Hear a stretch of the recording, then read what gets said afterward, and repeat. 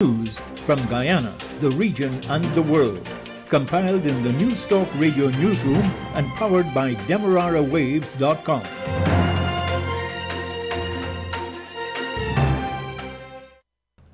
The news comes to you with the compliments of Eureka Medical Laboratories.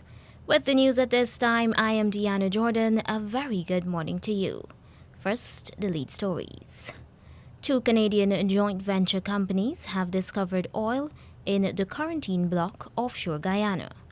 And in regional news, Trinidad and Tobago's Prime Minister hopes that digitalization will help cut back rampant corruption in the public service.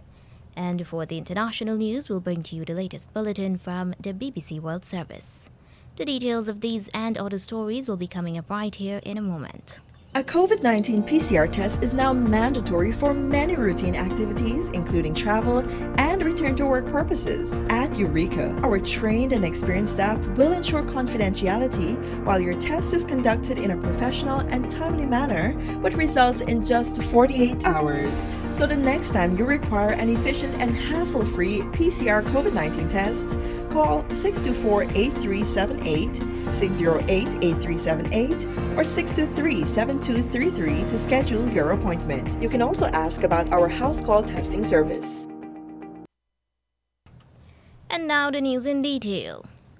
After a more than 20-year search for oil offshore Guyana, the Canadian oil exploration company, CGX Energy, has finally found crude in commercial quantities. CGX is in a joint venture with a sister Canadian company, Frontiera. Drilling was being done by the semi-submersible drilling rig Maersk Discoverer. The joint venture partners had projected last month that the cost of drilling had been projected to rise as much as $125 million. Chairman of Frontiera's board of directors and co-chairman of CGX's board of directors, Gabriel de Alba, described the initial results from the Kawa-1 well as a positive and successful outcome. Building on its recent offshore positive results at the Kawa-1 exploration well, the joint venture anticipates spudding its second commitment well, called Y1, in the northwestern part of the quarantine block in the second half of 2022. The Y1 well is named after one of the tallest peaks in the Pacaraima mountain range, which has commanding visibility over the surrounding terrain. Waitepu was historically used as a sentinel post by the Patrimonio people to guard against attacks. House Speaker Manzoor Nadir on Monday scuttled a plan by the opposition of Partnership for National Unity plus Alliance for Change, APNU plus AFC, to send 22 government parliamentarians to a parliamentary disciplinary committee for the raucous behavior in the National Assembly's chamber. First, the motion will not proceed because a prima facie case has not been established. And secondly, there is, I was told, only reminded this morning, because I'm surrounded by so many lawyers, and in the House we have many lawyers on both sides of excellent repute. You can't bring a legal action for your illegal actions in the first place. And based on those two, I am not allowing that motion to go ahead. Mr. Nadir made known his decision on the motion 1 week after he gave the green light for a government-sponsored motion for 8 opposition parliamentarians to be sent to the Privileges Committee for the December 29, 2021 chaos. Opposition parliamentarian Annette Ferguson has already publicly admitted grabbing the mace because she had become so frustrated that the government had refused to consider requests by civil society and the opposition for debate on the new Natural Resource Fund legislation to be pushed back. Local Government Minister Anand Prasad on Monday urged Georgetown Mayor Ubraj Narain to pull the trigger on improving the conditions of the city. This even as the government puts local government councils on notice that they need to give value for money. The local government minister questioned where City Hall's more than $2 billion Guyana dollars annual revenue was going, especially since the central government was assisting Georgetown with road, bridge, and drainage works. They are squandering the residents' money. The mayor should not become trigger happy, but should be focused on pulling the trigger in the council. Stop procrastinating, Mr. Mayor, and get the job done. Over the years, City Hall has been blocked from generating its own revenue by revaluation of the properties, paid parking, fines for littering, and the movement of large vehicles through the streets of Georgetown. A Guyanese man who has had brushes with the law over the years has been named as an investor in a startup Surinamese airline, according to reports from that neighboring South American nation. The company, named Angel Airways, said it recently partnered with Guyanese businessman and Chief Executive Officer of Airline Royalty, Jason Aaron, giving him a 40% stake in the startup carrier. The head of Angel Airways, Etienne Fernandez, says talks with Airline Royalty began in mid-2021 after previous negotiations with other parties did not lead to a conclusive deal. Back in 2018, Mr. Aaron had been slapped with 8 fraud-related charges, and in 2021, he had been arrested for allegedly falsifying a series of WhatsApp messages in a conversation that he had purportedly had with an official of the state-owned Guyana Oil Company.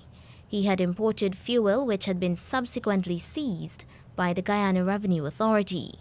A high-ranking officer of the Guyana Police Force on Monday said Mr. Aaron was still the subject of an ongoing investigation. Police say that the captain of the MV Malali ferry was piloting the vessel under the influence of alcohol. The Guyana Police Force says that the Transport and Harbors Department asked for help to conduct a breathalyzer test on the boat captain, Jermaine Blackman. At the time of the test, the MV Malali was en route to Leguan. Police Commander for Region 3, West Demerara Essequibo Islands, Senior Superintendent Errol Watts, said he complied with the request and 2 tests were conducted. The readings were 146 and 141 respectively, way above the legal limit. A man was arrested early yesterday morning inside a room at the Vanguardville Post Office, West Bank, Demerara. Police say they were summoned to the scene and observed that a part of the wooden wall was broken. The man was arrested and taken to the Lagrange police station, where he was placed in custody. There were no reports that anything was stolen from the Vanguardville Post Office. Investigations are continuing. And now in regional news. In Barbados, a proposal has been submitted for the hosting of Calumet Day festivities as entertainment players seek a swift end to stringent COVID-19 restrictions, including a midnight to 5 a.m. curfew. Details from Barbados Today. President of the Barbados Association of Masqueraders, Anthony Lane, tells Barbados Today 3 options have been presented to the National Cultural Foundation for the festival. Among them, the hosting of an exclusive safe zone jump-up on the ABC Highway and or at an enclosed venue like the Bushy Park Raceway. But stakeholders are warning that time is quickly running out for final decision to be made on the festival. The one that most likely it could work is if you have it in an enclosed environment where everybody will have to be tested to enter, right? But as it is today, that's how it's looking. But we are just waiting to see or to hear what is the word, because time going into February. So basically, we're just waiting to see how things will go, or what is the word from the NCF or government through the NCF or whatever it is. Okay. We're just waiting to hear what's going to happen. Right. Because we need to know like now, right? Because it's kind of late, but we can still make something. If we were given the go ahead now, we can still get something done for August, for the first Monday in August, but we won't want it to run or to have to wait till March or April then to get a go ahead of whether, it will happen or not. The stakeholders contend that the hosting of recent events in the country, such as election campaign meetings and cricket, could provide some insight on the way forward. That report from Barbados today. Trinidad and Tobago's Prime Minister Dr. Keith Rowley says that corruption is rampant in the public service. We get the details from CNC3. As government pushes to digitize the public service, permanent secretaries, heads of departments and administrators were brought together today for a workshop at the Hyatt Regency Hotel.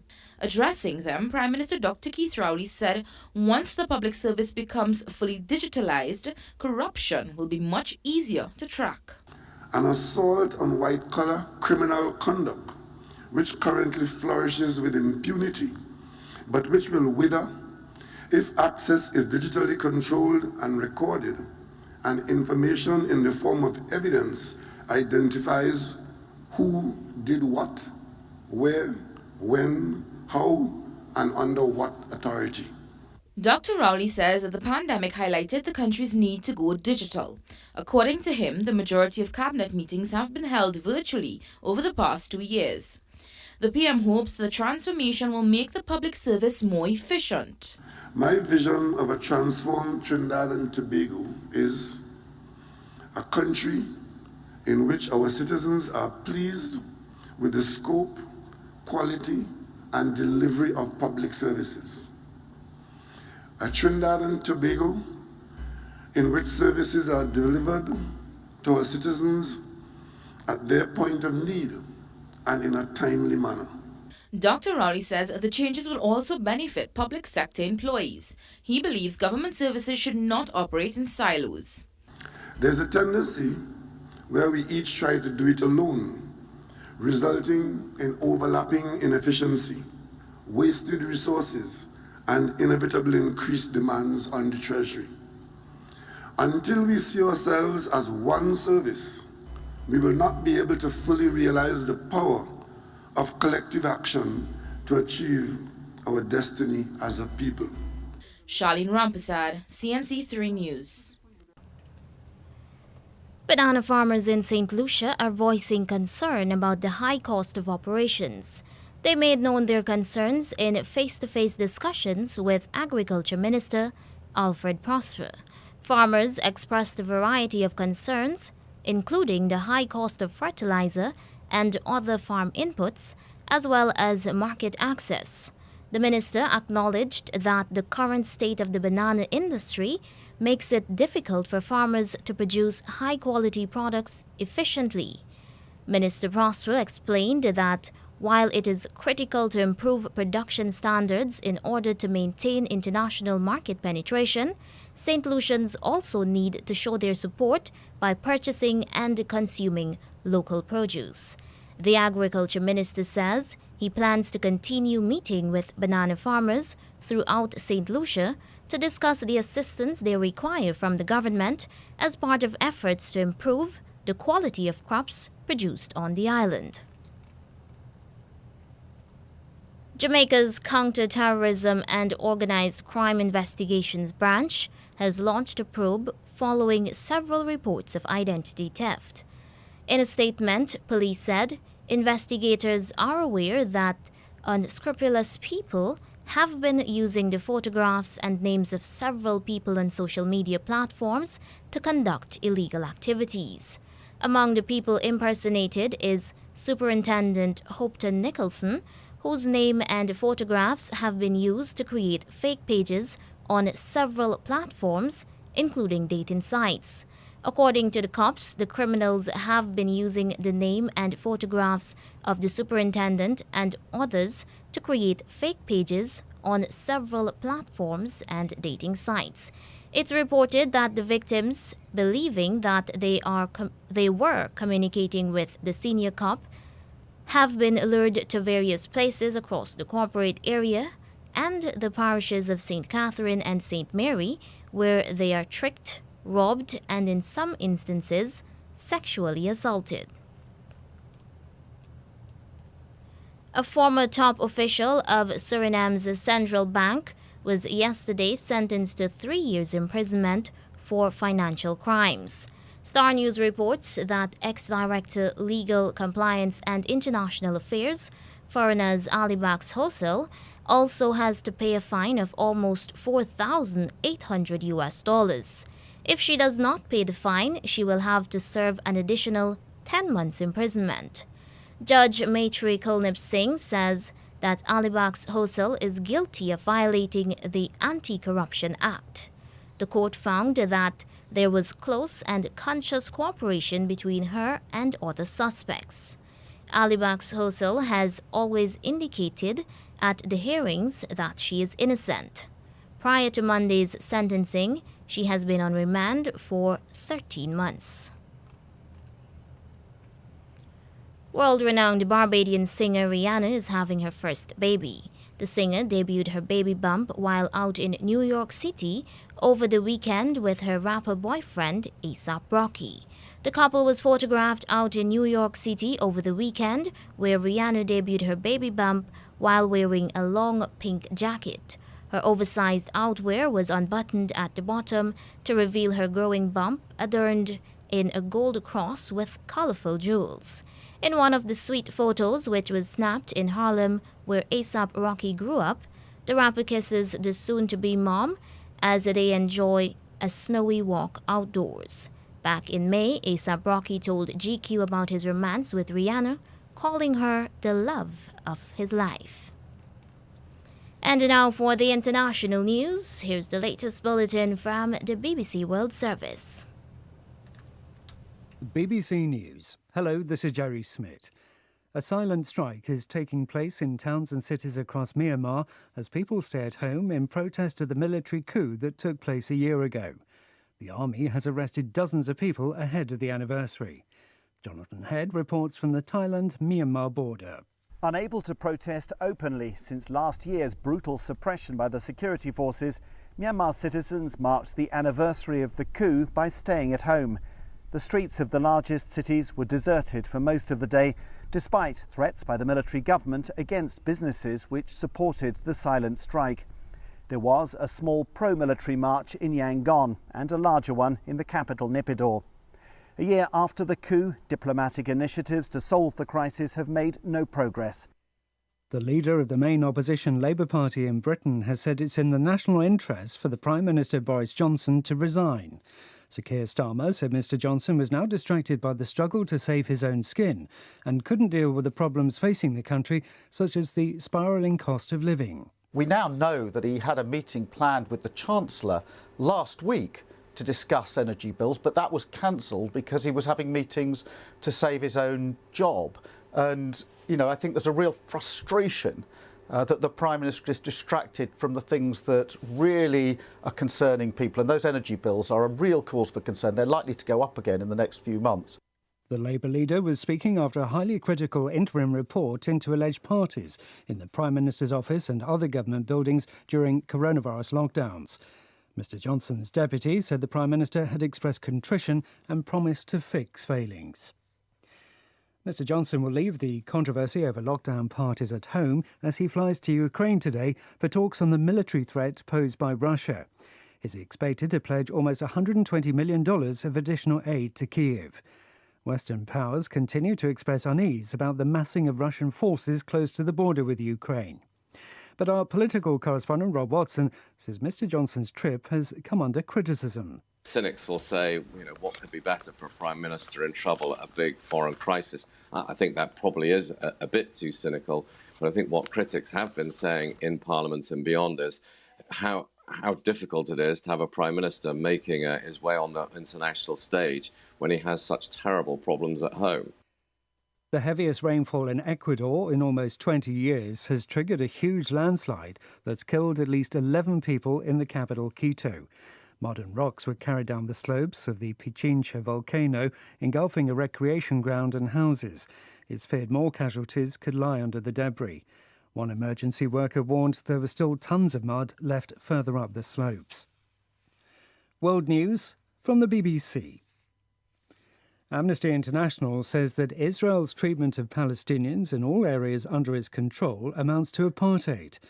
The human rights group said that Palestinians are treated as an inferior racial group and systematically deprived of their rights. Israel's foreign ministry has called on Amnesty to withdraw the report, which it says is anti-Semitic. The American talk show host Whoopi Goldberg has apologized for controversial remarks about the Holocaust that angered Jewish groups. She claimed the Nazi genocide of the Jews was not about race because it involved two groups of white people. The US Holocaust Museum stressed that racism was central to Nazi ideology and the mass murder of Jews was fueled by racist beliefs. The World Health Organization says it's worried about the huge levels of medical waste generated by the COVID pandemic. It says more than half of healthcare facilities in poorer countries aren't able to deal with the refuse safely. Here's Naomi Grimley. It's impossible to know how much medical waste has been generated by this pandemic. But one UN programme alone shipped 87,000 tonnes of PPE, such as plastic gloves and masks, to low-income countries. There have also been tens of millions of test kits used and billions of needles and syringes thrown away during the worldwide vaccination push. The WHO says these items can cause injury to healthcare workers and pose an environmental threat if they end up thrown away carelessly, burnt or in landfill. A report released by the international mining giant Rio Tinto has found that sexual assault, bullying and racial discrimination are widespread throughout the company's operations, particularly in Australia and South Africa. The review described bullying as systemic and highlighted that racism within the company was commonplace. BBC News. The news came to you with the compliments of Eureka Medical Laboratories. Don't let the fear of contracting the coronavirus disease deter you from seeking the medical care you need. At Eureka Labs, we ensure the safety of our clients and staff with our rigid sanitization routine. This involves the use of ultraviolet lights to effectively rid the air and all surfaces of viruses and bacteria that may be present throughout the lab daily. The light works to rapidly inactivate microorganisms through a physical process that is invisible to human eye. So the next time you need a checkup, don't hesitate to give us a call on 225-7574 to schedule your appointment. And now to end the news, here's a recap of the leads. Two Canadian joint venture companies have discovered oil in the quarantine block offshore Guyana. Regionally, Trinidad and Tobago's Prime Minister hopes that digitalization will help cut back rampant corruption in the public service. And that's the end of the news.